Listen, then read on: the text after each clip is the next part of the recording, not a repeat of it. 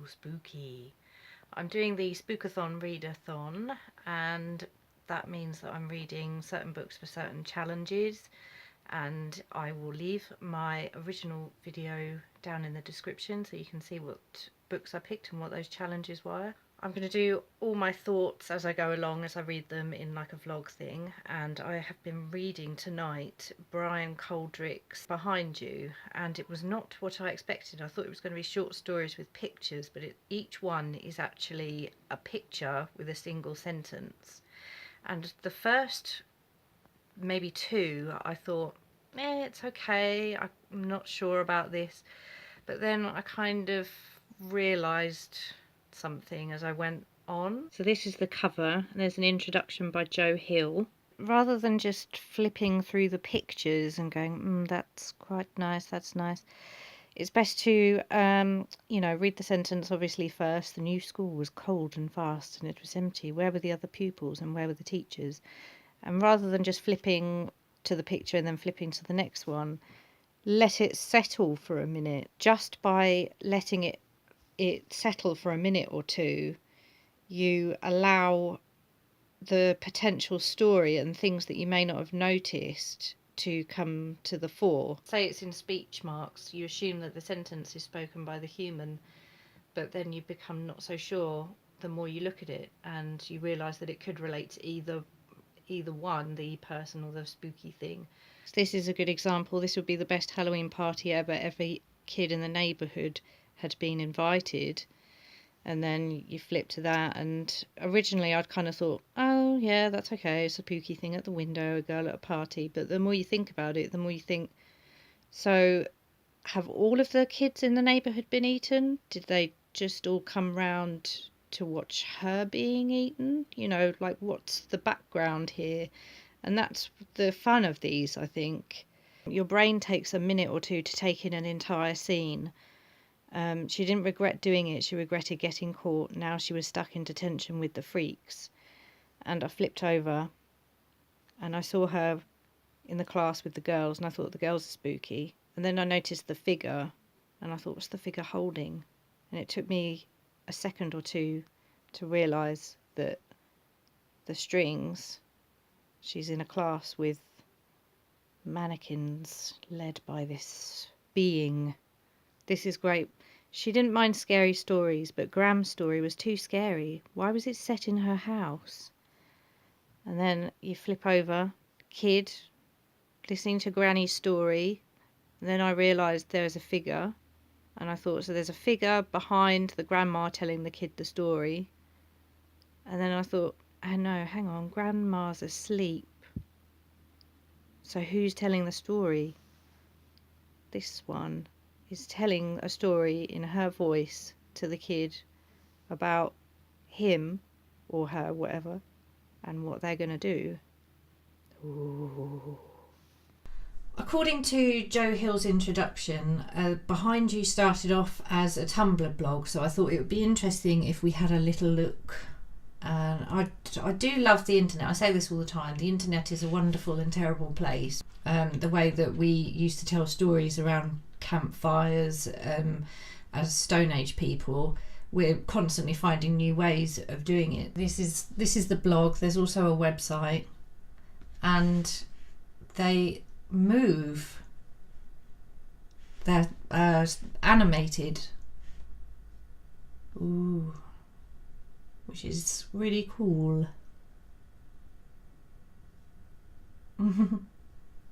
That is me whenever I have to go anywhere. Should we have a quick look at the website?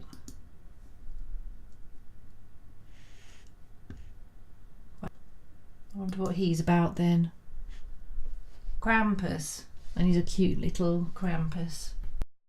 Okay, I just filmed a short video clip for fellow weird writer Bo Chappell. If you're curious about it at all, I will put the link to his video down in the description. I'm about halfway through Casilda's Song, which is the collection of short stories all by women inspired by The King in Yellow. I'm really enjoying it, it's great. The stories are all really high quality. There's a few names I recognise actually, Helen Marshall being one of them and so on.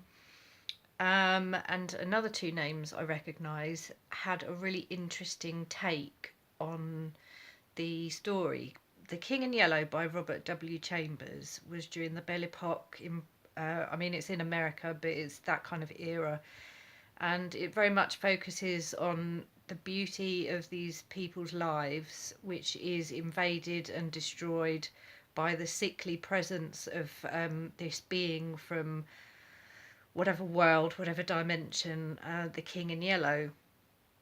And Nicole Cushing, rather than her story being full of aristocrats from the Victorian period, hers is about the common man, and it's really kind of gross and visceral, and it shows the King in Yellow kind of taking an interest in the common man, and it's quite like vile in part. And Cheshire Burke, who both of them I've read other stuff of theirs. They're both very good. I recommend them. Cheshire Burke, as from the perspective of a black woman, had the kind of idea that instead of a place of beauty being invaded by a sickly presence, it's a kind of troubled, broken down area who actually take something good from it, who are actually the benefactors of the King in Yellow, whoever it is, and actually see something positive because they have a very different life experience to the characters of the original story, so they have a different outcome. One of the things I really appreciate has followed over from the original Yellow King is the link to art and mentioning artists and so on. The stories mention loads of people I really like, such as Mikhail Bulgakov, Leonora Carrington, William Burroughs, and Louise Brooks, and Billie Holiday, and Beat Poets, Bessie Smith, Kabuki Theatre, just tons and tons of stuff.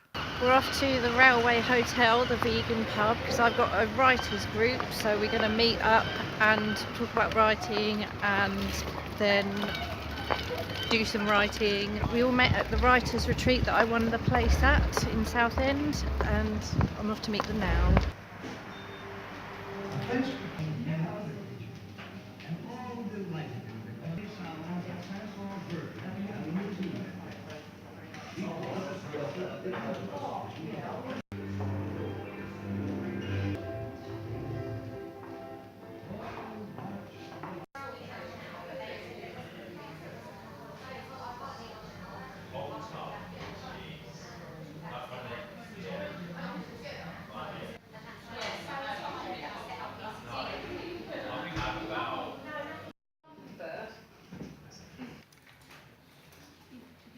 I've just finished Casilda's Song. I really recommend it. The stories are really high quality.